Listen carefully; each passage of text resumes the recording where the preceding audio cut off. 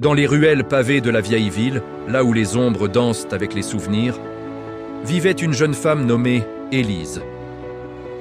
Son unique trésor était un vieux violon, héritage de son grand-père, dont les notes semblaient emporter toute la mélancolie du monde. Chaque jour, elle jouait sur la place du marché, espérant récolter quelques pièces pour survivre. Ses mélodies, empreintes d'une tristesse profonde, touchaient les passants, mais peu s'arrêtèrent vraiment.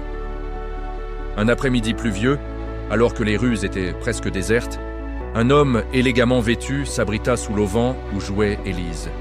C'était Monsieur Dubois, un riche collectionneur d'art, connu pour son cœur aussi froid que le marbre de son manoir.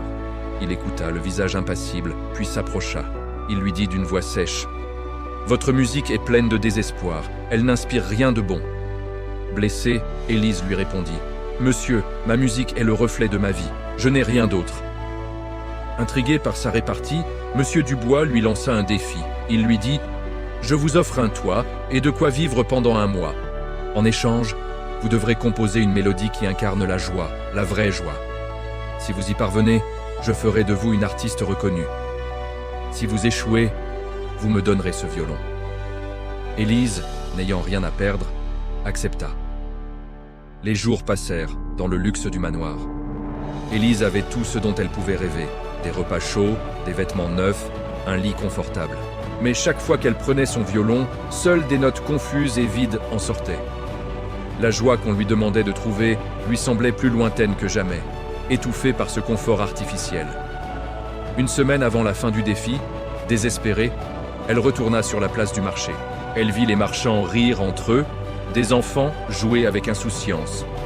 Un vieux couple partageait un regard tendre.